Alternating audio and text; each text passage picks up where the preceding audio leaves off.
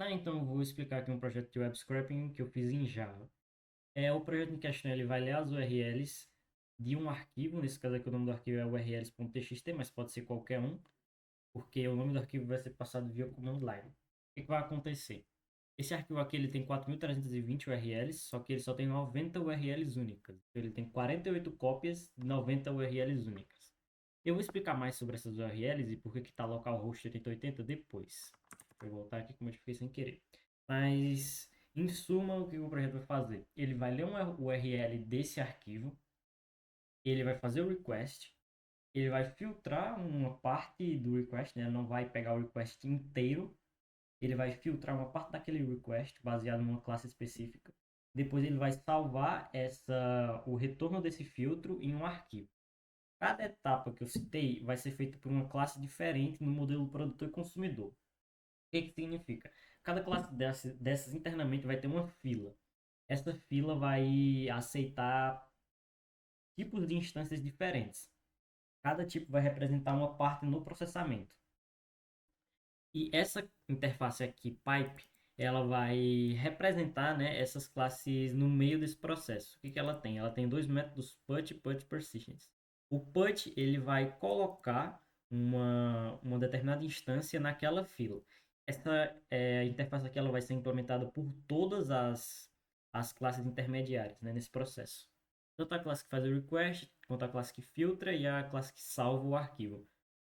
Ela oferece métodos para você colocar uma instância dentro da fila. Eu fiz isso aqui porque de outra forma eu teria que passar a fila no construtor da classe que eu estou querendo que seja o produtor, no caso no construtor da classe que eu estou querendo que coloque objetos dentro da fila.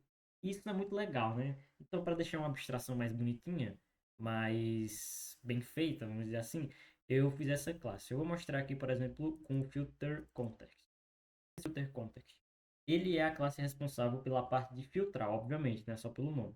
Ele implementa um pipe com body address. O que significa? Significa que internamente ele tem uma fila, uma block queue nesse caso, de body address.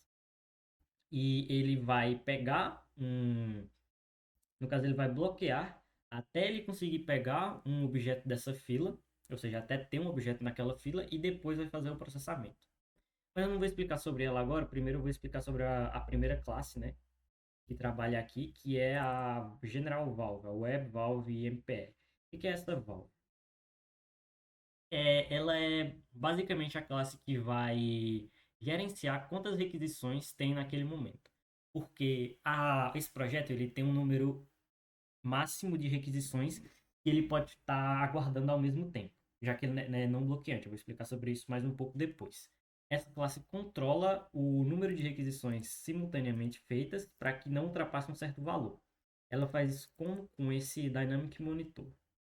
Esse Dynamic Monitor ele é uma classe que tem métodos para aguardar um determinado número, nesse caso o threshold. Quando o número de requisições que ele guarda aqui chegar abaixo desse valor chamado threshold, ele vai acordar a thread que está esperando por isso. No caso, eu estou usando bem aqui, monitor await threshold. Vamos dizer que eu quero no máximo 3.000 requisições simultâneas, só que eu quero, vamos dizer, no mínimo 1.500. Então, quando chegar abaixo de 1.500, essa classe aqui ela vai começar a puxar URIs de um URI supplier e vai fazer a requisição. No caso, vai fazer a requisição, não, vai botar na fila em outra classe, que essa sim vai fazer a requisição. Agora explicando o que é esse URI Supply. O URI Supply é basicamente uma classe que fornece o URI, o nome é bem autoexplicativo. Tem duas instâncias, duas implementações dela, a que lê as URIs do arquivo e a que lê as URIs de uma fila, que vai ser importante depois. É basicamente isso. Então, essa classe ela vai garantir que o número máximo de requisições não seja ultrapassado e o número mínimo de requisições não caia abaixo do número mínimo. A não ser quando não tem mais URLs. Quando não tem mais URLs, que é quando essa URL fica nula, ele para e ele sinaliza isso para o pipe abaixo dele na linha de processamento, colocando uma nova instância de um objeto. Só um detalhe aqui, eu vou executar o projeto, porque ele vai demorar uns 100 segundos para executar. Quando eu tiver terminado de explicar, ele vai basicamente ter terminado, e aí a gente pode ver o log. Para outra classe de processamento, vai ser chamada, cadê? Ah, tá aqui. Cliente container, que também implementa um pipe. Porque ela implementa um pipe porque ela tem uma fila interna de URI wrap. E é essa aqui no caso. Uma fila interna de URI wrap. Essa fila de URI wrap, ela vai servir para que o Web Valve coloque o URI dentro dela. E por que que não colocar logo uma URI, né? Porque tem que ser uma URI wrap. Porque a URI wrap, ela tem um campo muito importante que é o read count. Eu vou explicar melhor depois para que serve. Mas o que que essa client container faz? Essa client container faz, ela tem uma lista de client runables. Client runable, ele é uma classe que efetivamente vai fazer o request. Essa classe aqui é a que vai fazer o request. Deixa eu mostrar aqui. Pronto. Essa classe aqui vai usar a API não bloqueante do Java para fazer o request. Essa API não bloqueante, ela tem um completable filter. Esse completable filter, ele faz o request, só que ele não espera o request retornar. Ele segue o código normalmente. Então aqui, quando eu mando o send async, ele faz o request nessa hora, só que ele não espera o request retornar, ele já segue direto. E aqui eu defino o que, que ele tem que fazer quando o request retornar. Eu não espero o request retornar, mas eu defino o que ele tem que fazer quando o request retornar. E aí depois ele segue o código normalmente. Então, o que, que essa classe faz quando o request retornar? Basicamente, ela tem algumas rotinas, né? A rotina agressiva, balanceada e adaptativa. E isso aqui é, no caso, o request retornar com erro ou com status code diferentes de sucesso. Caso dê tudo certo, né? Caso o request retorne tudo certinho, ele vai colocar o conteúdo desse request, no caso o body, num pipe abaixo dela. No caso, esse pipe vai ser o pipe do filtro. Ah, tá vendo como essa abstração é importante? Porque aqui eu só passei um pipe body address. Se eu não tivesse criado essa interface pipe, eu teria que colocar uma fila aqui, ou então eu teria que colocar a própria classe filter. E, tipo, isso criaria uma... eu esqueci o nome agora, mas isso deixaria as classes muito dependentes entre si.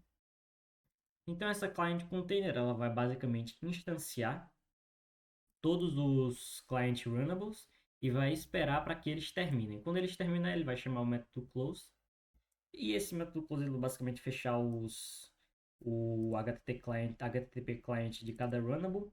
Vai sinalizar que ele terminou, botando um objeto especial no pipe abaixo dele. E depois vai chamar o shutdown do callback executor. Esse callback executor ele é o executor é, que vai efetivamente fazer os callbacks. O callback é isso aí, é tudo isso aqui. Quando o request retornar, eu estou dizendo para ele fazer tudo isso. Quem vai fazer isso aqui vai ser o callback executor. Quando o request retornar, ele não espera o request retornar. Agora vamos para a próxima classe na fila de processamento, que vai ser a filter context. Essa classe filter context, ela vai receber um body address da classe acima dela, que no caso é client runnable. E ela basicamente vai ter um map de classes HTML filter, que é essa classe. Essa classe ela é uma estratégia. Eu usei aqui o padrão strategy context. O que é esse padrão?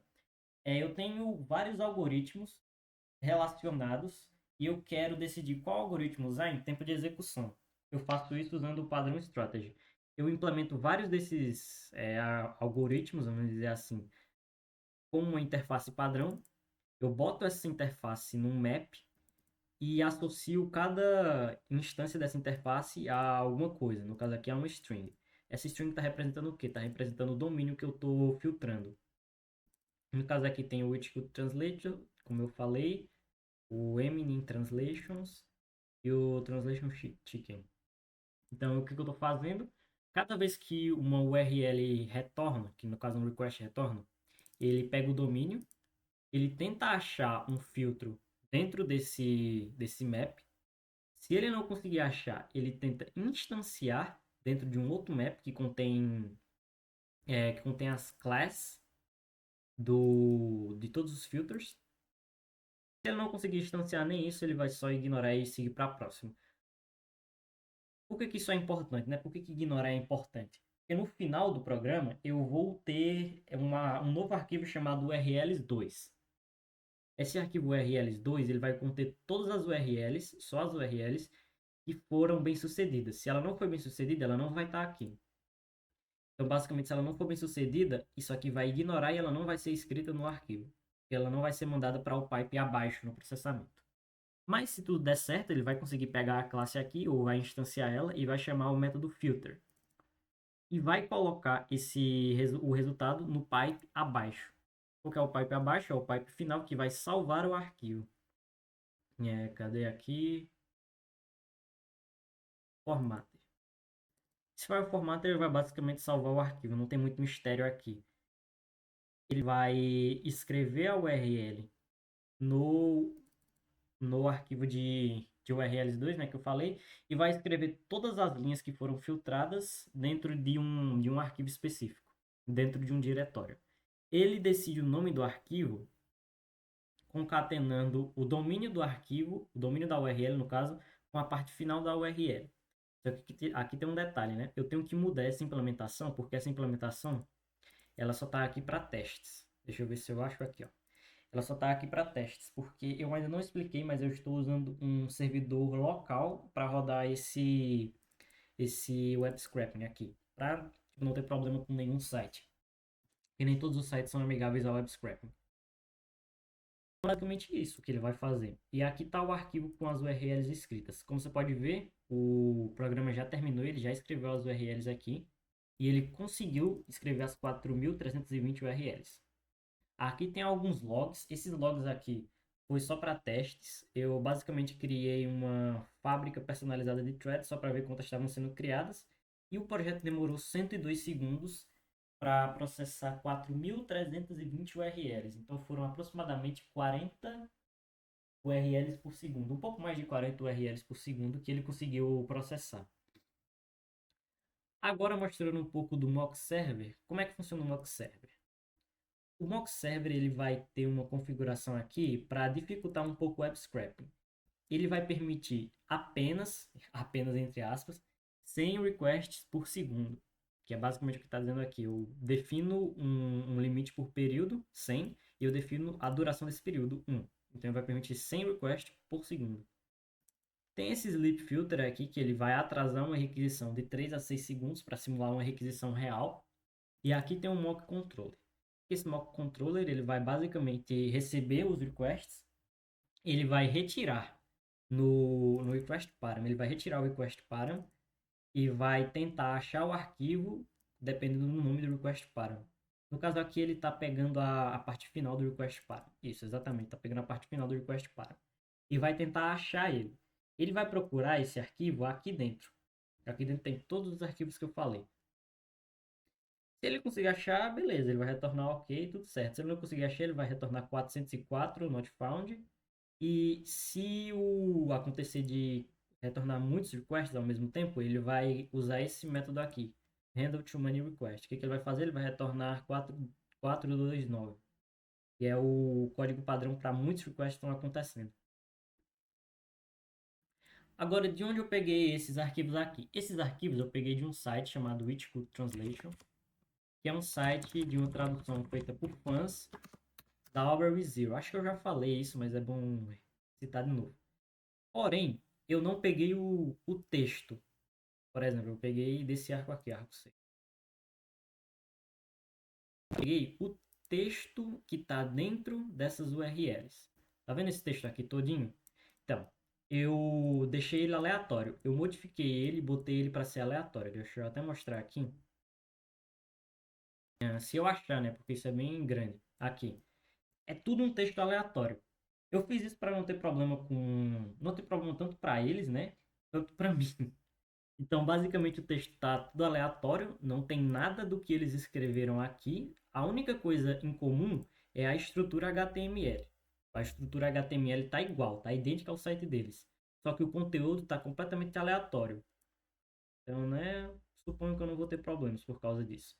Eu só fiz isso aqui para testar na minha máquina, para não ter que afogar o servidor deles com um monte de requests. Porque, como você pode ver lá, eu fiz mais de 4.000 requests em 100 segundos. Então isso com certeza ia atolar o site deles, o servidor deles com requests. Mas é basicamente isso, o meu projeto. Eu estou com planos de dar uma melhorada nesse file formatter aqui, porque por enquanto ele só está salvando como .txt. Eu quero que ele salve como PDF e como extensão de Kindle também. Mas é isso, ele está fazendo quase 50 requests por segundo. Isso porque tem um outro detalhe. Isso porque ele está enfrentando erros. Então, quando ele tenta fazer muitos requests ao mesmo tempo, alguns deles falham. Quando eles falham, eles são colocados numa fila de erros e para tentar novamente depois.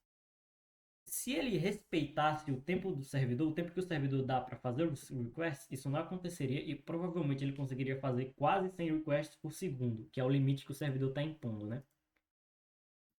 Como ele não está respeitando esse limite, ele faz, por exemplo, 200 requests, 100 requests por segundo, vamos dizer, e 50 deles conseguem retornar com sucesso, 50 não retornam porque ele está dizendo, ó, você atingiu o limite. Então, ele está fazendo muitos requests por segundo, só que não está conseguindo processar todos, porque estão acontecendo erros. Mas eu implementei um sistema de tratamento de erros, né, que ele vai tentar no máximo 4 vezes aqui, vou mostrar. Ele vai tentar 4 vezes, aqui 4, ele vai tentar 4 vezes, se ele não conseguir, ele vai só desistir e não vai escrever o URL no arquivo. Se eu implementasse um sistema que eu estou pretendendo implementar no futuro, dele realmente esperar até chegar o tempo que ele pode fazer um novo request, isso aqui não seria necessário, né? Ou melhor, isso aqui não seria tão necessário assim. E o número de requests por segundo subiria consideravelmente. Mas é isso, por enquanto está fazendo 40 requests por segundo, mais de 4.000 URLs foram lidas aqui, como eu posso mostrar para vocês. Aqui tem 90 arquivos, só que como as URLs estão repetidas, ele vai colocar vários textos dentro do mesmo arquivo. Deixa eu mostrar aqui, né? Então aqui ele vai criar 48 cópias do mesmo texto e vai colocar dentro desse arquivo. Deixa eu mostrar aqui, essa frase vai estar sendo repetida 48 vezes. 48 vezes. Então aqui tem 90 arquivos, mas na prática tem 48 cópias de 90 arquivos. Então está somando 210 megas. Então ele conseguiu ler e processar 4.320 URLs em 102 segundos. Acho um resultado muito bom, né? Então é basicamente isso. Falou.